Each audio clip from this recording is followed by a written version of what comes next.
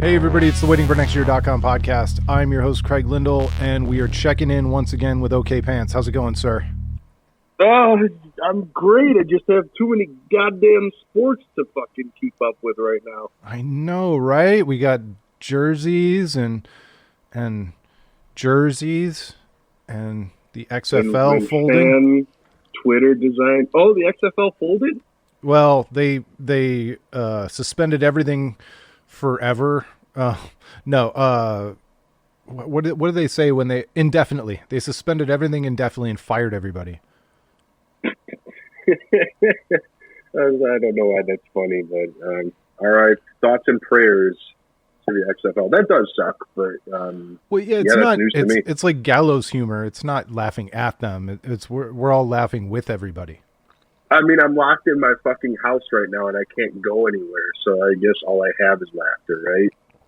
Yeah, practically the entire country is on unemployment or will be in the next 6 months, and I mean, it just I've been spending a lot of time calling. I think the young kids would call them old heads, but I've been calling all the old insurance agents I know, and all the older clients that I know, the people in their 50s and 60s, and they're just as baffled as we are, which is actually, it's not reassuring. It's actually even scarier.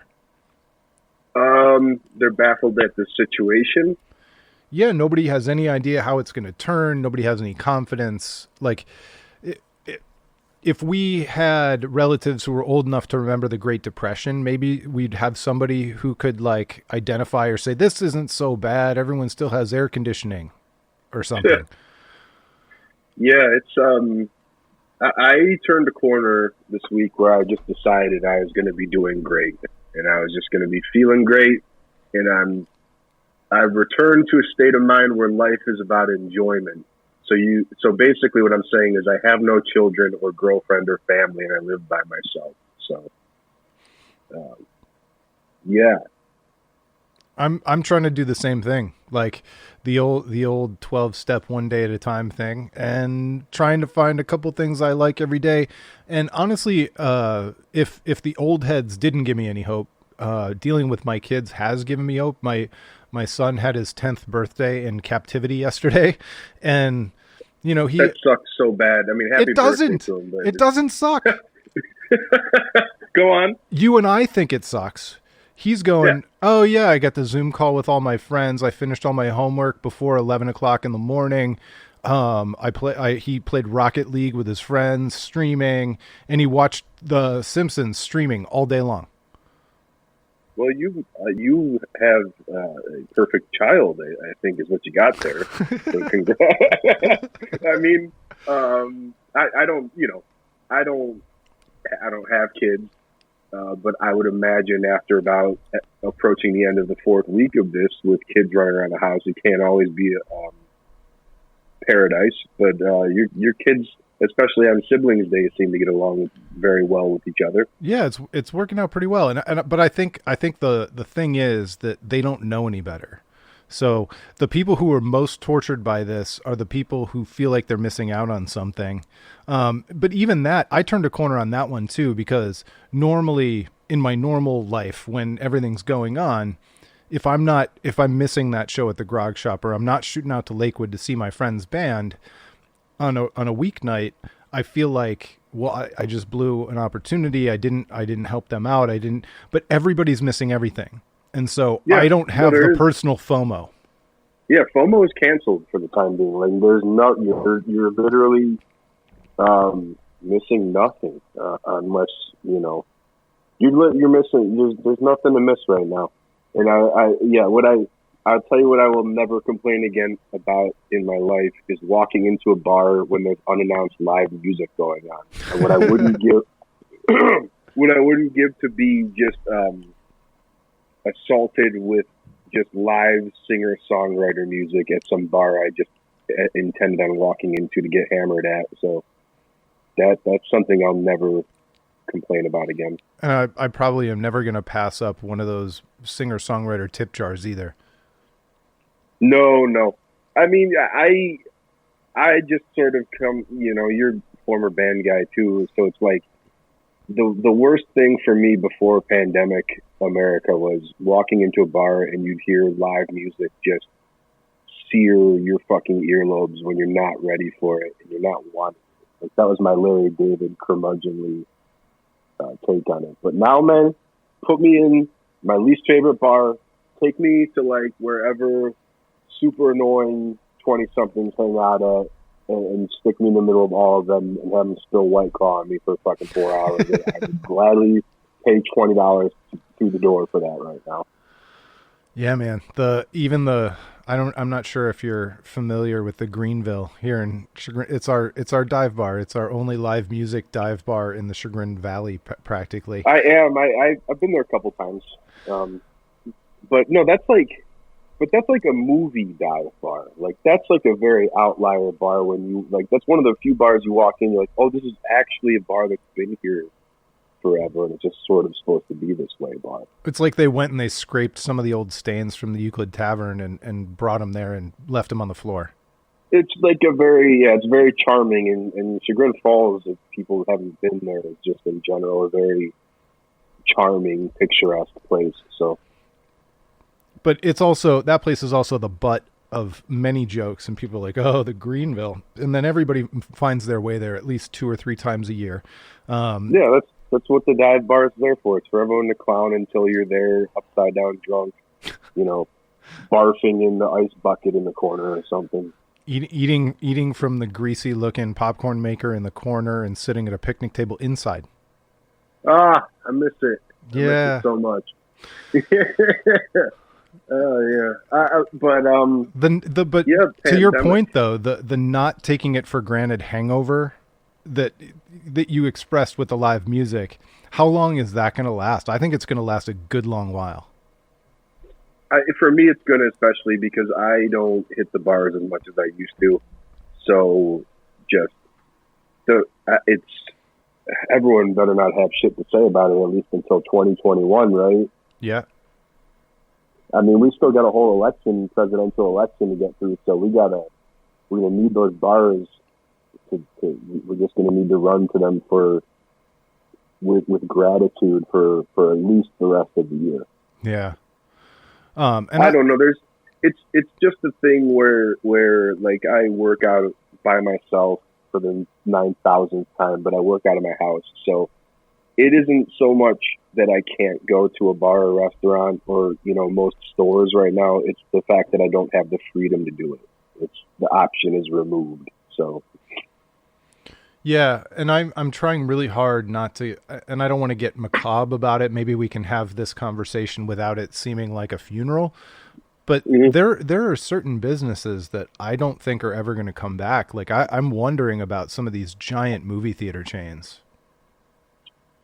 I mean, not to be Ian MacKay guy, I'm more worried about like the corner bar or the corner mom and pop restaurant that's not going to bounce back from this. Because the giant Googleplex theater is, backed by the resources to sort of pivot to whatever the new business model will be for a post-pandemic America. See, I'm not sure that I agree with you. Like, I think a lot of the mom and pop corner bar restaurants, they don't pay a lot in rent. They don't have a lot in overhead. If they can get 2 or 3 months of free rent, and I know it's really sad. And again, I'm not reveling in it, but they were able to lay off their whole staff. It's when they're not open, they're not paying anybody either. And so they have more chance to survive than somebody who's under a huge debt note for a Valley View complex that costs, I don't know, $100,000 a month. I have no idea. I could be making that number up. I mean, the group or the board that owns Cinemark or whatever, they're not going to be out on the street from that, though. No, they're just going to take their money, divest it, and put it into some other corporate entity. But yeah, no, the notion of maybe we're not able to go see Fast and Furious 11 at a reclining seat, reserved seat theater, that's sad. I mean, it's something to talk about. It's a potential reality. But I also think. I think back to, I know 2008 wasn't potentially as bad as this is all shaking up to be, But we snapped back from that. There's going to be life after all this. Mm-hmm. Life will find a way. So they said about the dinosaurs in that movie. So they were just like the dinosaurs. They were like the raptors. Well, artisanal local restaurants and bars.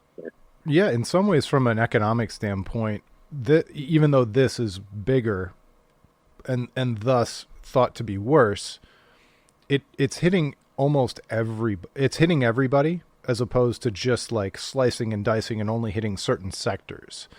Mm-hmm. And so the fact that it's all rolling for everybody downhill means that we're all going to end up at the bottom of the hill, and we're all going to have to climb back up together.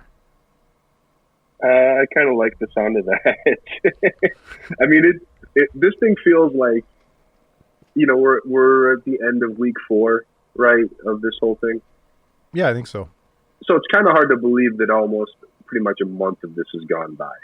But if I think back to like when Tom Hanks' shirtless son dropped the video talking about how his parents got coronavirus, and like everybody had a good chuckle about it, that feels like it happened in 2013, but really it happened like 2 or 3 weeks ago.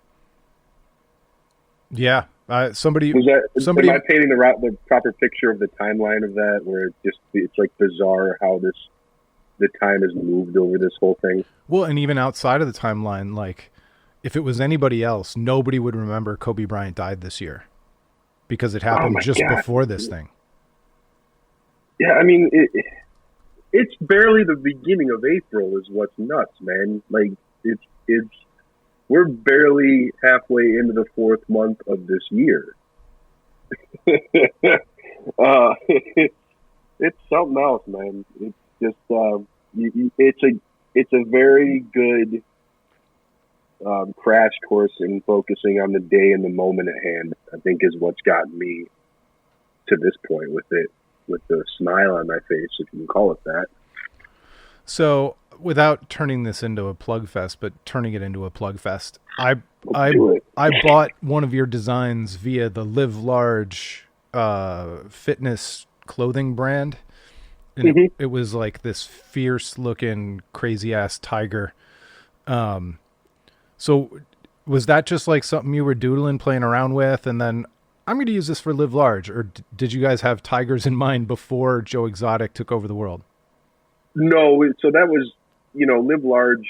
I'm technically like a contractor for Live Large. So we have releases sort of scheduled regularly throughout the year. And then they basically were like, they don't do topical releases, but the Tiger Fit King shit was so unavoidable culturally that it kind of dovetailed or aligned nicely with us revisiting some of the older stuff I did. So, by the way, thank you for outfitting the whole family in that. And we had to do just like a small release because basically what happened with Live Large was they were scheduled to do the Arnold Classic, which at this point was like last month, correct?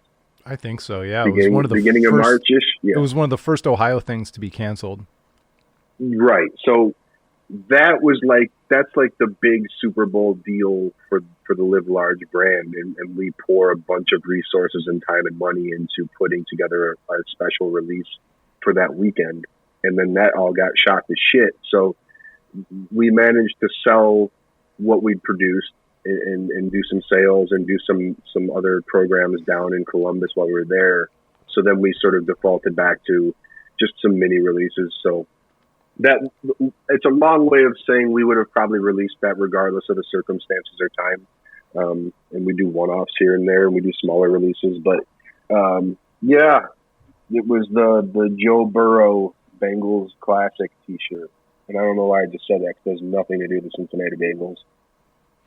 Well, it was funny because I posted it in my social channels because my kids are Chagrin Falls Tigers, and I thought, thank you for that, by the way. No, of course. I thought it would be really fun, and then somebody that my wife went to college with was like, "Who Day?" ?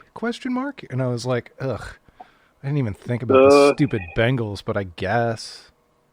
the tribalism of it's just people. It's inevitable, man. It's just inevitable. People just compare shit. It always comes back to sports. And I mean, to be fair, the style that I do most of Live Large stuff lends itself to athletic and sport, mascot, brand centric things. So, but yeah, I'm happy with it. It looks cool. I like drawing animals.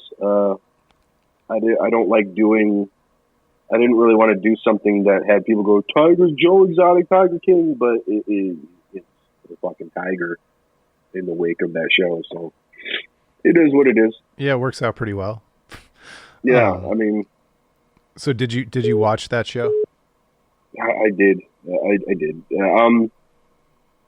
I don't know. It feels like I don't know. It was like the evolution of Jerry Springer or any trash reality TV and whatever. My favorite guy on the show is the dude that stole the whole zoo from Joe Exotic, that was wearing every relevant fashion brand from 2004 at once. That was my favorite guy. He wore the bandana under the hat, did he not? Dude, he wore the bandana under the hat. So he awesome. wore the Fox Racing hoodie over the Affliction t-shirt under the Harley Davidson jacket. He had the True Religion jeans on, and he's 55 years old, man. You cannot tell a man shit. That man rolls up to your business in a Ferrari in the middle of the slump. He's stealing your whole business. That's just inevitable. And he was smuggling tigers up into the top of a hotel in Vegas in order to hook up with chicks. I mean, if you hate animals and you're just kind of an unsavory guy to begin with, why wouldn't you? Like, why wouldn't you slip a tiger cub into a fucking suitcase and try to get laid by some club girl in Vegas you have no business banging in the first place? Yeah, so unfortunately, my wife and I, we watched that, or maybe fortunately, I don't know. We watched it kind of in the second wave after all the memes and everything else. And so it was a little bit underwhelming for us, I think. It's not like Sopranos level viewing, and in this day and age when something takes over the social media cycle and sort of becomes the thing, I think it's unavoidable to really get your expectations ratcheted up. But yeah, at the end of the day, it's a bunch of people like in the middle of Oklahoma on meth that are just banging each other and doing meth and being horrible to animals. I mean, so you go into it with those expectations and understanding that's what it's, and it's a show about how a guy tried having a woman killed. So, but that woman also had her ex-husband killed, allegedly. It was very much a show. I was like, this is going to be me half watching while I'm half looking at my phone most of the time. So that's exactly what it was for me too. Yep. And there's nothing wrong with zone out television. You know, if I'm watching Westworld or Sopranos or Breaking Bad, the phone's away. But if it's like a show where, you know, everybody has an all over print skull t-shirt and they're smoking cigarettes and, you know, I adjust my expectations accordingly. So are you a Better Call Saul guy? You know, I'm really embarrassed about that because I started out with it and I was like way into it and I just fell off with it because I think at that point, around that time I cut my cable. So I still have like season whatever from 2 on to watch, but I'm sure it's unquestionably great. I really like the first season of that show. Yeah, it's all the right tones. So it's not your favorite band, but it's from the same era as your favorite band. It sounds of that time. Yeah, I get like an anxiety about stuff like Better Call Saul because Breaking Bad to me was like as close to like a perfect show you could get. And then they're like, all right, from the makers of Breaking Bad, this show about the lawyer. And I'm like, can we just come up with new things? Why do we have to expand this universe? And then I watched it and I go, oh no, they can make spin-off shows about every single person from Breaking Bad. It'll probably be great. So this is another way that I've thought about these things, especially, you know, from however many years ago we went through the writer's strike and Mhm. live TV and all these different things, and people are trying to take care of their not. It's not just about the star of the show; it's about keeping the grip and the production assistants and all those people busy, and so or employed, not busy, keeping them employed, and so it's romantic almost in my mind that he stayed in that world and he continues to stay in that world enough that those people who now have this like supreme expertise about filming that style of show all get to keep working on it. And maybe it's totally different people. I could be totally making it up, but it's an employment thing where the creator is kind of a hero for keeping everybody working in that environment. My guess would be if it works like the music industry or the music touring world works, if like Metallica does another album and goes touring on that album, they're bringing the same crew with them, and their crew's like, probably 100 people to 150 people. So I don't think if they're going to do a Breaking Bad thing, I'm sure Vince Gilligan probably wanted to keep as many people consistently in place that were around to do Breaking Bad as good as that was. Yeah. If it makes sense. And I'm not like, I don't know a lot about the world of TV and film, but it's more fun when you just make it up. Yeah. Yeah, just build your own. I mean, in this day and age, why not just build your own narrative around whatever sounds good to you? Kind of feels like most narratives are created in a lab anyway. I mean, that's pretty much what Twitter is, right? Twitter is whatever you want it to be, my friend. You want to hear my Yoda spiel about the internet is whatever you go looking, the experience you go looking for from the internet is exactly what you'll find. So I go to the internet to look at boobs, butts, and jokes, and what do you think I find there, Craig? Boobs, butts, and jokes? There you go, buddy. So if you want to go there and lie to yourself or be lied to and read a bunch of anecdotal, subjective accounts and decide they're facts, congrats, buddy. It's what you could use it. It's free country. It's free country. Go do whatever you like with it.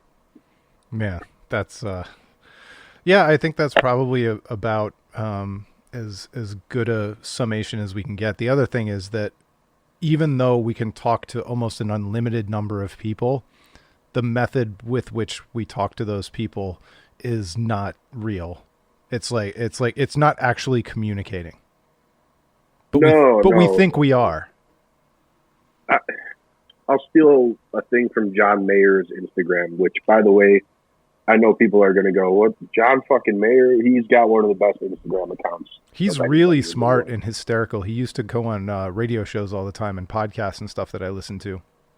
No, he's an insanely reflective and insightful guy, but he basically said, human beings in the human brain were not meant to receive as much stimulus and various forms of stimuli at once as the internet affords you.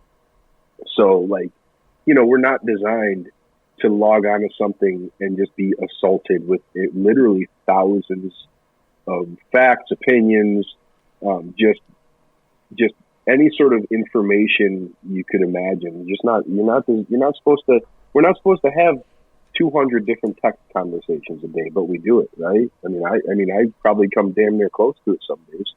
And it's just, I don't know, it's got to be mutating us. It's got to be turning us all into some sort of fucking, just, I don't know, making us weirder.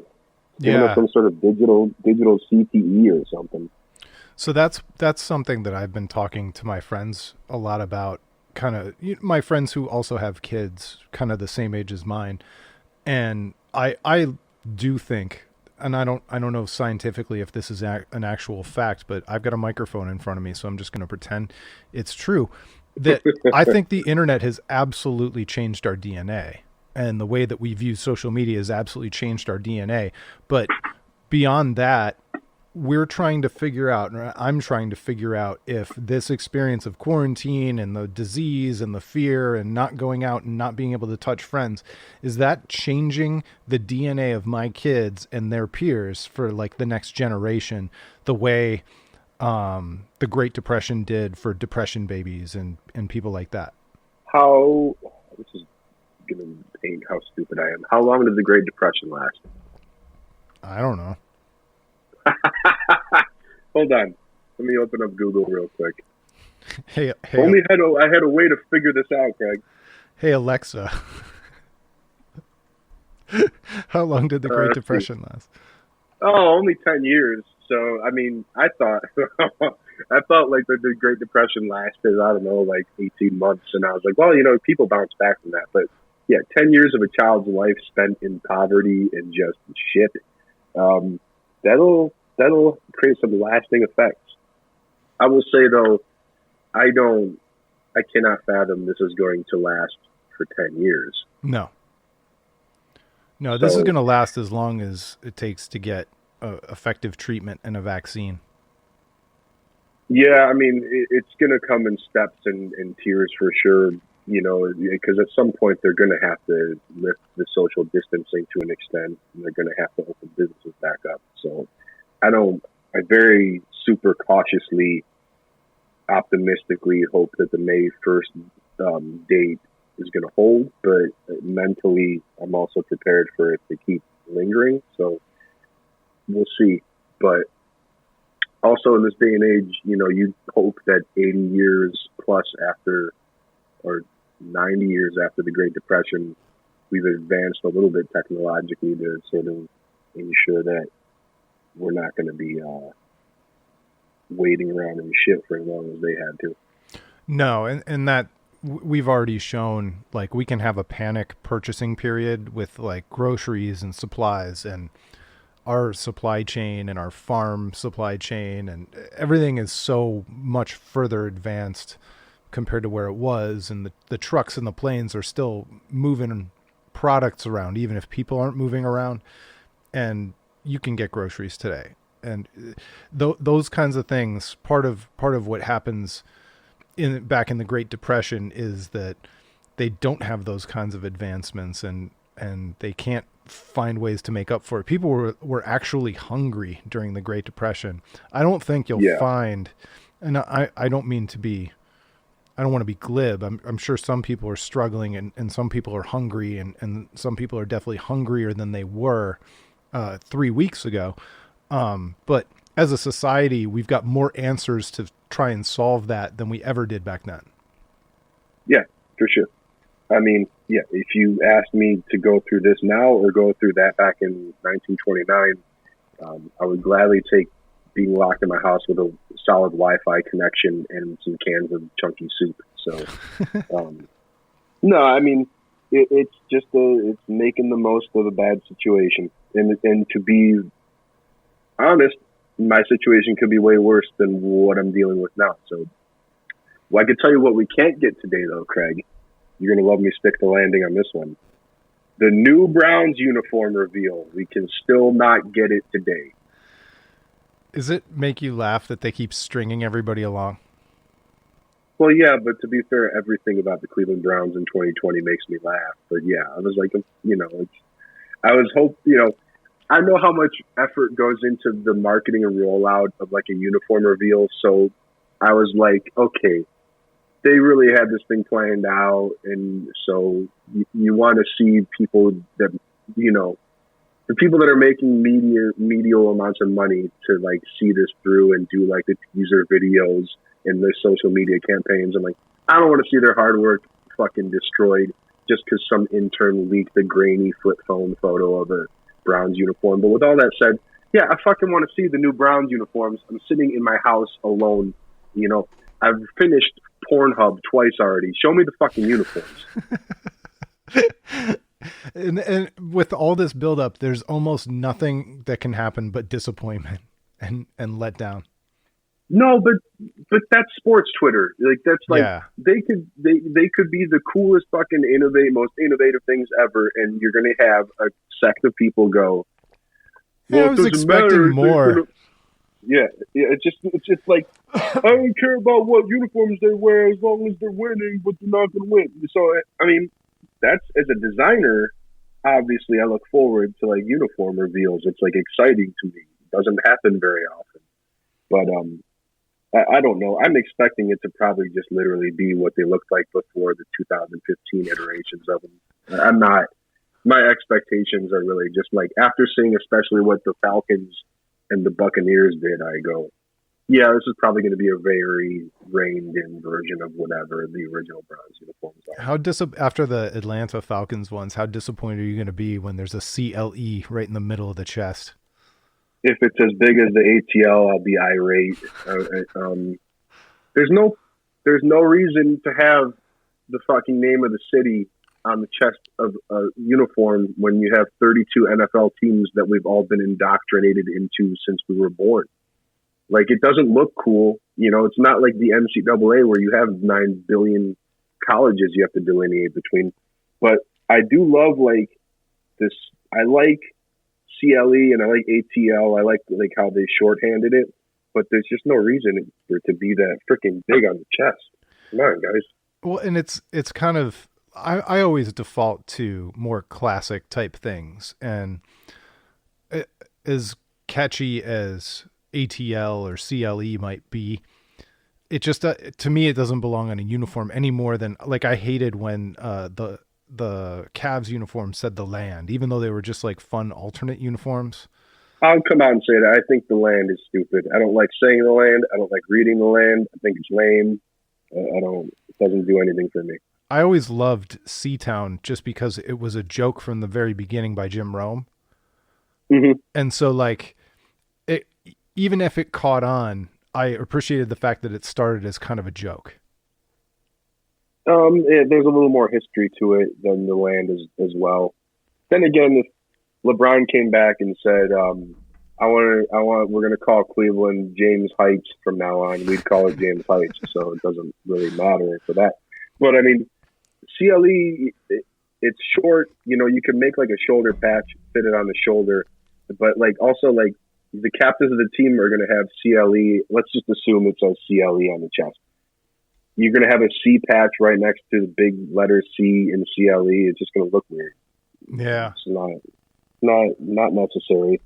But the classics always work better because they were designed and made by people that actually were designers and tradesmen that knew how to do that shit before digital technology erased the need to be good at stuff. Well, and it comes full circle back to Tiger King. You know, it's like if you're wearing clothes and you're wearing stuff that's of the moment, it will always be of the moment. Mm-hmm. Yeah, at some point, I thought that the greatest move that the Ravens could pull next week is they announce a throwback uniform, and it's just the old Browns uniform. Oh, God, I hate you for saying it.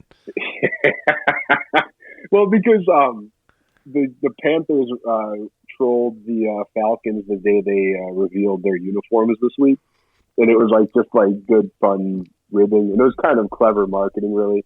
But I was like, man, I would really love to see teams start roasting other teams' uniforms, like, you know, because that's like there's nothing else to do right now but to watch Twitter eat itself.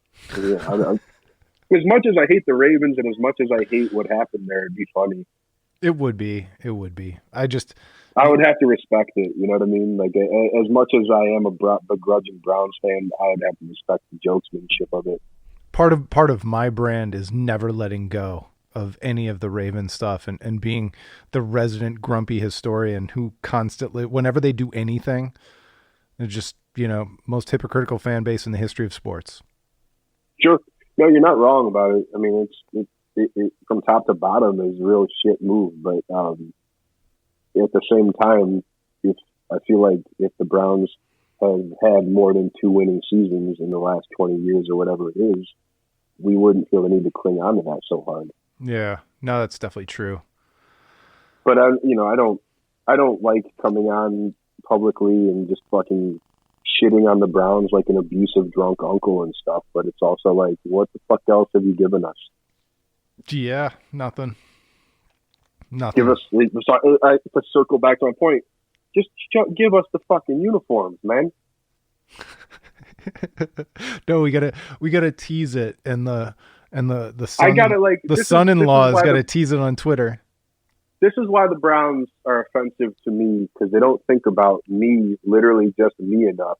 They don't think about all the shitty fan Photoshop uniforms I have to be subject to on Twitter until they finally release the actual uniforms. Like what you have, I have to share the name, the city Cleveland with you, and you can't do me this one solid. Like just DM it to me, Snapchat it to me. It'll go away. In times Snapchat like these, me a leak of it. in times like these, you think so little of me that you're going to string it along till next week for you. What can you do for me, Cleveland? Like, what can you fucking do for me? I would think that way even if we weren't in the middle of a pandemic. But still, like, what city of Cleveland got to really start thinking about what they could do for me.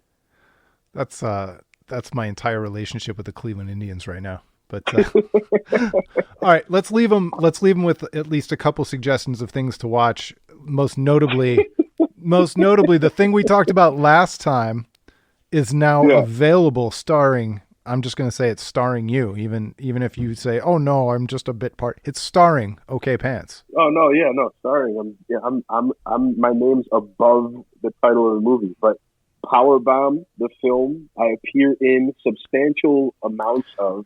I'm a significant bit player in it. It's a wrestling horror movie, and I know all you assholes are huge wrestling fans because I see it on Twitter all the time. Watch a wrestling movie, assholes. Yeah, it's a violent, intense thriller somewhere in between like a misery type tale and a horror movie. And I'm in it. I'm one of the cast members. So like if I'm asking you to see it, you'll know I'm in a significant amount of the movie. It's not like I show up for 2 minutes, get killed, and I'm like, no, the story can't be told without my character and my role. So for $4.99 on Amazon, you can rent it right now. It's a 90-minute feature. You know, it's not a Marvel length 3-hour marathon view, you know, so it's a good time. And if nothing else, you can plunk $5 on it and roast me on Twitter about it. I don't care. But it's a fun movie. I'm very proud of it. There's some independent wrestling stars in it as well. Adam Cole of NXT fame and Britt Baker of AEW fame played both. Britt especially plays a significant role in it, and Matt Cross, who's one of the biggest names in independent wrestling for the last 15 years. All right, and my recommendation, and this one, I think you'll probably laugh, but even if you're not a fan of extreme crazy ass music, there's a full-length documentary about grindcore music on YouTube for free called Slave to the Grind from 2018. If you don't like the music, you will find it entertaining because the people who have built this genre of music since the very beginning, from Napalm Death all the way to the most offensive band name in the history of band names from Boston. I'm trying to think of a funny, I know what band you're talking about. I was trying to think of a funny name to drop in there, but yes, AC. Yeah. It's awesome. It's awesome. They talk about like the one drum blast beat that almost the entire genre is built on, and all the different people who scream. And I'm a fan of that kind of music. And I missed out on going to see Deaf Heaven this past week on April 8th. So I watched that documentary and where was loved that it. show going to be? Columbus. I was supposed to go down with Andrew from Waiting for Next Year. We were going to go check out Deaf Heaven. Oh, I'm sorry you missed that. Yeah, they'll reschedule. A good documentary should be like a window in the world you never cared about before you saw the movie, right? So, like, absolutely. Like, if you're not a fan of grind, would it be worth watching? Yes. Okay. Actually, half of it. I think after the first 45 minutes, you're going to be like, all right, I got it. I don't care about the rest of the players that they're going to cover in this movie. But yeah, the short version for non-fans is the first half hour, 40 minutes. It reminds me of have you ever seen Heavy Metal Parking Lot? Yes. Yeah. I'm assuming it's not anything like that, but what Heavy Metal Parking Lot did do is, if you're not familiar with that world, it blows your mind and pulls you in. Like, it's fascinating. But you also feel like you saw the whole thing in the first 15 or 20 minutes, I think. Yeah, that's also fair. So, but I mean, like that that was like, I wish I grew up at this time and was like 17 years old, right during the shooting of this Yes. documentary. Absolutely. But, you know, I don't know. We're just going one for one here, right? Yeah. For views, I'm not, okay. Powerbomb, Amazon and iTunes. Yeah, cool. And I do Slave to the Grind on YouTube for free. Full documentary. I'll check that out. All right, well, it was good to catch up. We'll do this again. Hopefully by the next time we talk, at least some of this stuff has been lifted and we have a little bit of freedom left. If not, I'll probably be even more caffeinated and wound up, so it's a win-win for you. Love it. I love it. Anyway, thanks so much for listening, everybody. We'll talk to you next time. It's been the waitingfornextyear.com podcast.